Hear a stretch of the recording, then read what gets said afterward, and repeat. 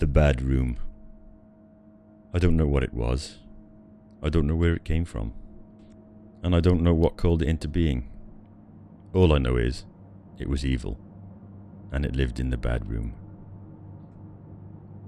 I left home at 19. I stayed at my grandma's house for a while, and sofa surfed with friends, until I moved into my own place with Sam, the girl I was dating at the time. It was a 2-bedroom flat above a sportswear outlet on an old Victorian street of little shops. There was a newsagent's, a convenience store, the local pub, and a few other places. The usual small town affair, as it was back then, before the big chain stores moved in and squeezed all the local shopkeepers out of business. The flat itself was pretty run down, but we were poor and the rent was cheap, and we didn't care. It was our own place, and to us, it was perfect. Or so we thought. From the moment we moved in, things between us seemed to take an inexplicable turn for the worse. Relations became strained and acrimonious. Even now I'm not sure why. Something in the atmosphere just felt wrong. Just what had inspired it, I don't know. But a subtle sense of claustrophobia had insinuated itself into the relationship, and slowly but surely, it pried us apart. By the end of the summer, Sam and I had split up. The relationship ended with an explosive argument. That night she stormed out, and I was left there alone. I was young and inexperienced, and emotionally insecure. The delicate framework of my life, such as it was, had suddenly been torn down, and I fell into a dark depression. Just what possessed me that night, I don't know. I remember having a drink. Several drinks. But after that, I have no memory of what followed. When I awoke in the morning, the place was a shocking mess. The furniture and fittings were smashed to pieces, and everything in the place had been broken or torn apart. Much of it was missing altogether. It looked like a bomb site. Later I discovered that most of the missing items had been hurled out of the back bedroom window into the abandoned yard below, where a sorry pile of broken furniture and sundry household items lay scattered forlornly in the rain. I was exhausted, despite my night's sleep. My hands and arms were covered in cuts and bruises. Though I had no memory of what had happened, it was clear I was responsible for the destruction. There was a terrible scene that day when Sam returned with her parents in tow to collect her things, only to discover the aftermath of my apparent parasomniac rage. Heated words turned into a fist fight with her father, and it took a friend, who happened to be there at the time, to break us up. Honestly, I'm not at all proud of that episode. I didn't see them again for a long time after that, and I was left in the flat alone. That was the beginning of a series of events that I still can't properly explain. It was pretty innocuous at first, the kind of thing you just brush off, the stuff everyone sees, or thinks they see, from time to time, like catching a glimpse of something or someone in the corner of your eye, or a shadow in the half-light that, for a split second, looks like a tall figure stood very still, perhaps in a corner or beside a chair, just waiting and watching you. It happened mostly at night, when I was alone in the place. Around this time the nightmares began. My waking memories of them were vague and indistinct, but I always awoke with an intense sense of foreboding, a feeling that something was desperately wrong, as though I were guilty of some terrible but unidentified sin. I don't know if you've ever had a dream in which you've committed a crime, that they are onto you, and there's nowhere to run and no way to escape, and it's just a matter of time until they track you down. It was like that appalling sense of inevitability. Those unsettling dreams and the general sense of foreboding took their toll, leaving me tired and on edge. Despite my exhaustion, I fought off the onset of sleep, slipping into the habit of staying up far into the night. I kept myself occupied and awake watching movies on VHS tapes, or gaming on my Sega Saturn. Most nights, I'd pass out on the sofa from sheer exhaustion as the dawn light greyed the sky outside my window. Weirdly though, no matter where I fell asleep, I'd always wake up in the back bedroom, curled up on the old mattress, freezing cold and naked. Sometimes I would find inexplicable bruises. Bit by bit, I began to fear the onset of night. I would be fine during the day, but as the light began to falter and the late afternoon shifted into evening, a quiet but insistent whisper began to impose itself, infiltrating my thoughts, reminding me that darkness was coming. Night by night, my anxiety grew. I felt oddly unsafe and on high alert, like a hunted animal. At times, mostly after dark, I'd catch myself listening to the silence, listening for the faintest signs of surreptitious movement, or watching intently for something stirring in the shadows beyond the open door of my bedroom. There was nothing I could put my finger on exactly, but whenever I went in there, I got the feeling I was being watched, or rather, that there was a conscious presence waiting there, a malevolent something lurking somewhere out of sight. I tried to shrug it off, but that feeling was not to be denied. I decided to switch rooms, moving my desk and easel out of the studio into the lounge, and dragging that old mattress out of the back room into what was to be my new bedroom. For a while, things improved. As long as I kept the door to that back bedroom closed, I felt some relief from my night terrors. A few weeks later, Darrell moved into the flat. He took the back room. We'd been at school together years before. Now he needed a place to stay. It was cheap rent for him, and extra cash for me. I never thought to mention the odd happenings connected with that room. Looking back, that was probably a mistake. It wasn't long before Darrell started to get sick. He had a pretty unhealthy lifestyle at the time, had been out of work for a while, and he slept in pretty much all day, every day. He'd hung this thick blanket over the window to keep it dark in there so he could sleep. He never cleaned up, just lived among the trash, on cheap booze and takeaway food, and he chain-smoked Marlboro Reds. After a couple of months, the room started to smell pretty bad. Old sweat, stale smoke, and rotten leftovers combining to create a truly awful stink that seeped out into the flat whenever he opened the door, which wasn't very often. He didn't seem to care. To be honest, I don't know if he even noticed. He would rarely venture out of his room. When he did, it was typically on an errand for more booze and smokes. Occasionally, when I did see him, I'd notice marks on his neck. He was losing weight too. He looked gaunt and haunted, and the whites of his eyes were changing, turning a sickly yellow, and one of them, I noticed, now had a dark bloom of blood at the edge where a capillary must have burst. He looked awful, but when one day I confronted him about it and advised him to see a doctor, he just shrugged and retreated into his room without a word. All told, he stayed at the flat for 3 or 4 months, but in that short time, he looked as though he'd aged 20 years. Then one day, he just wasn't there anymore. He never said he was going, and I never heard him leave. As far as I could tell, he'd left all his things, such as they were, behind when he left. At first, I just assumed he'd taken a trip, or was staying with his folks, but he never came back. I tried to track him down, contacting his parents after he disappeared, but they hadn't seen him. I don't know if they contacted the police. Over the years since, I've tried to find him, mentioning him to friends and searching for him on social media, but no one's seen him, and there's no sign of him anywhere online. One Saturday, about a month after he disappeared, I boxed up his stuff and moved it into the little storeroom we had down on the ground floor. The following morning, after a night of hard drinking at the local pub, I awoke shivering and naked, curled up on the bare floorboards of the bad room, the room Darrell had so recently vacated, despite drifting off to sleep on the sofa the previous night. I had no memory of moving, yet there I was. I couldn't explain it.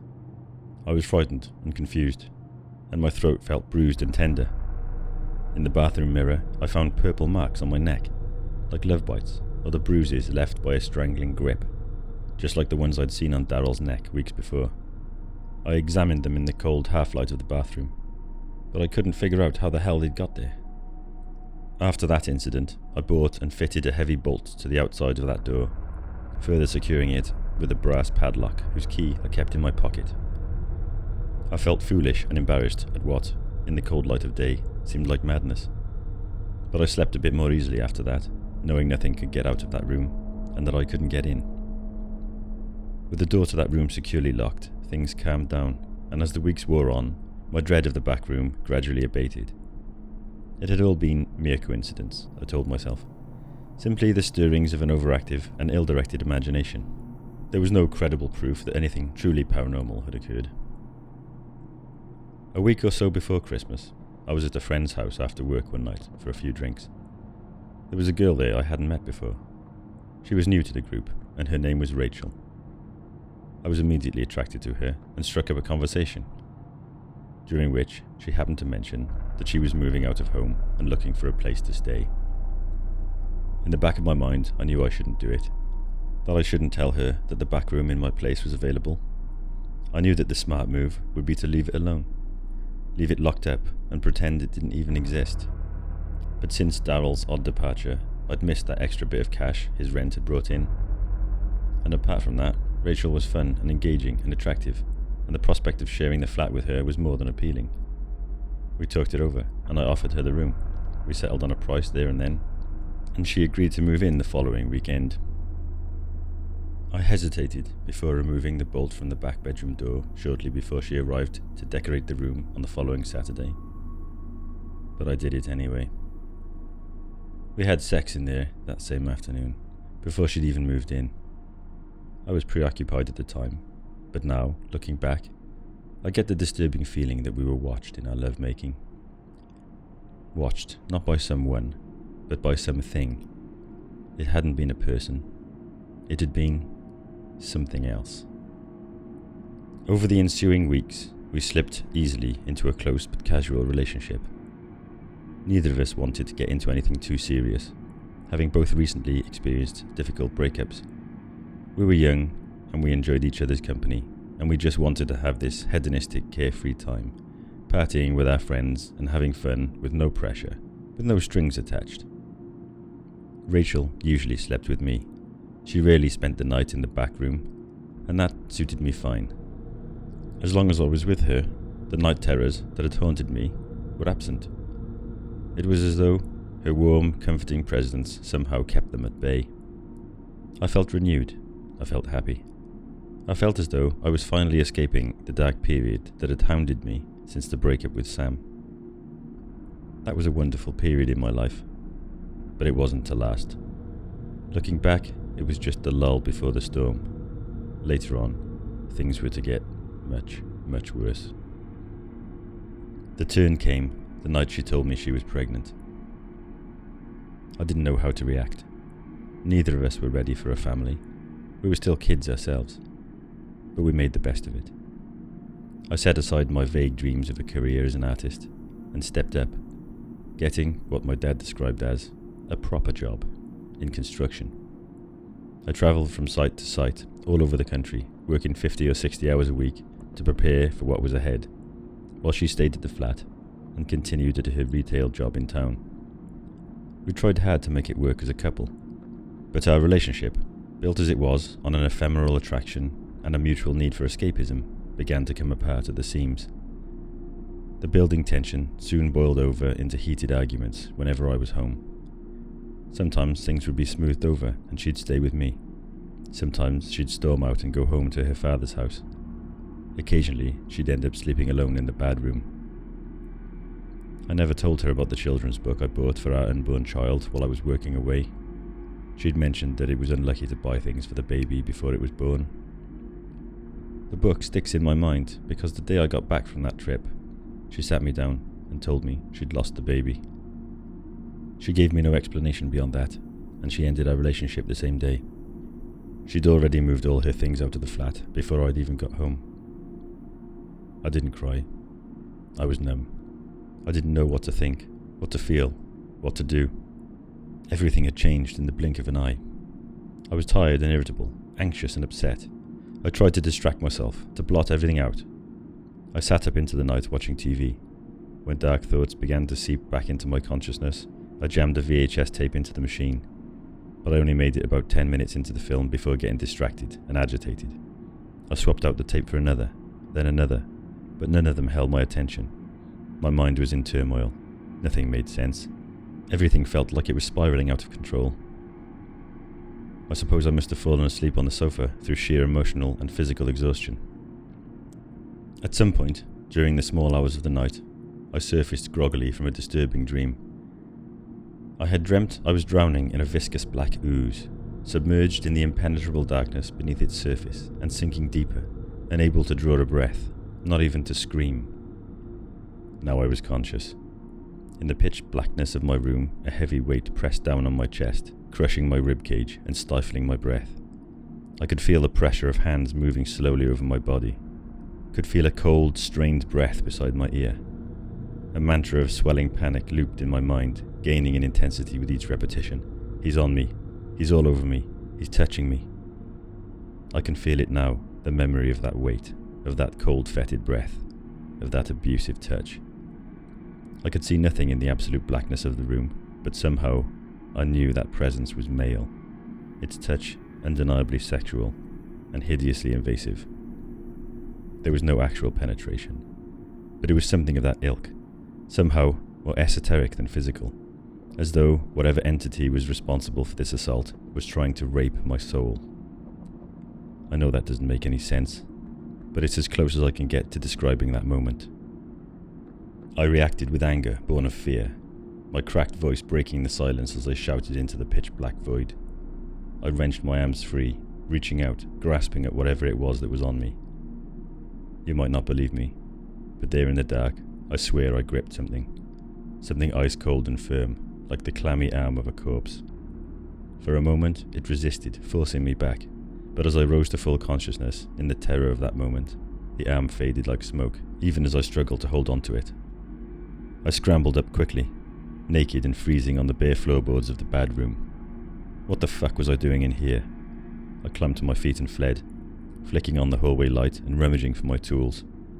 There, shivering and naked, in the middle of the night, I fumblingly replaced the bolt on the back bedroom door.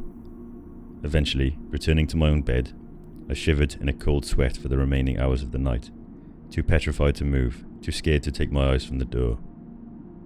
In the morning, I found more bruises on my throat and elsewhere on my body, cuts too, and deep scratches edged with dried blood, the kind of scratches long nails might leave behind. After that, I couldn't bring myself to sleep in that flat again. I stayed at a friend's place for the next few nights, returning to the flat a week later to collect the rest of my things. I know what you're thinking, that this was just another case of sleep paralysis, that it's a common enough occurrence, with a long documented history that many people have experienced.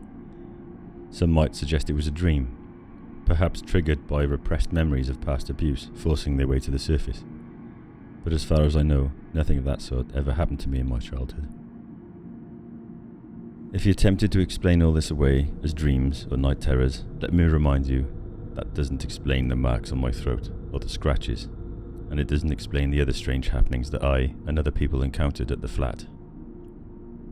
I saw Rachel a few weeks ago. We had separated under a cloud many years before, but now, as we sat down for a coffee and a chat, she gripped my hand tightly, and I could see tears in her eyes as she told me what had happened to her at the flat the night she lost our child. She'd woken up on the floor in the back bedroom, naked, confused and frightened. She couldn't tell if it was a dream or if it really happened, but she said there was someone or something there with her, lying on top of her, crushing her. She could feel it inside her, moving, grasping, tugging at her insides. All she could think about was the baby. She tried to fight it off, tried to rouse herself from what she thought must be a nightmare.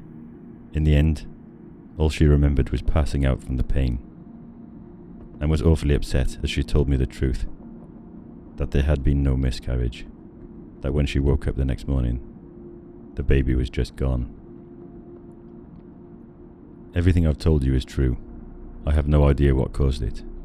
No theory as to what brought that thing into being. Maybe it had been the stress of the initial breakup and my rage and destruction that had created enough tension to let something through from the other side. Maybe it had always been there, waiting in the bad room. Perhaps the previous tenant had suffered similarly. Who knows? Perhaps it waits there still.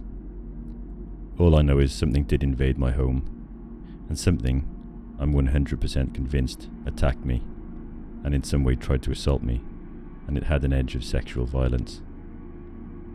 Sometimes, looking back, I think I had a very lucky escape. Sometimes, when my mood takes a downward turn, I fall prey to doubts. Did that thing somehow take Darrell? Did it take Rachel's unborn child? And did it almost take me?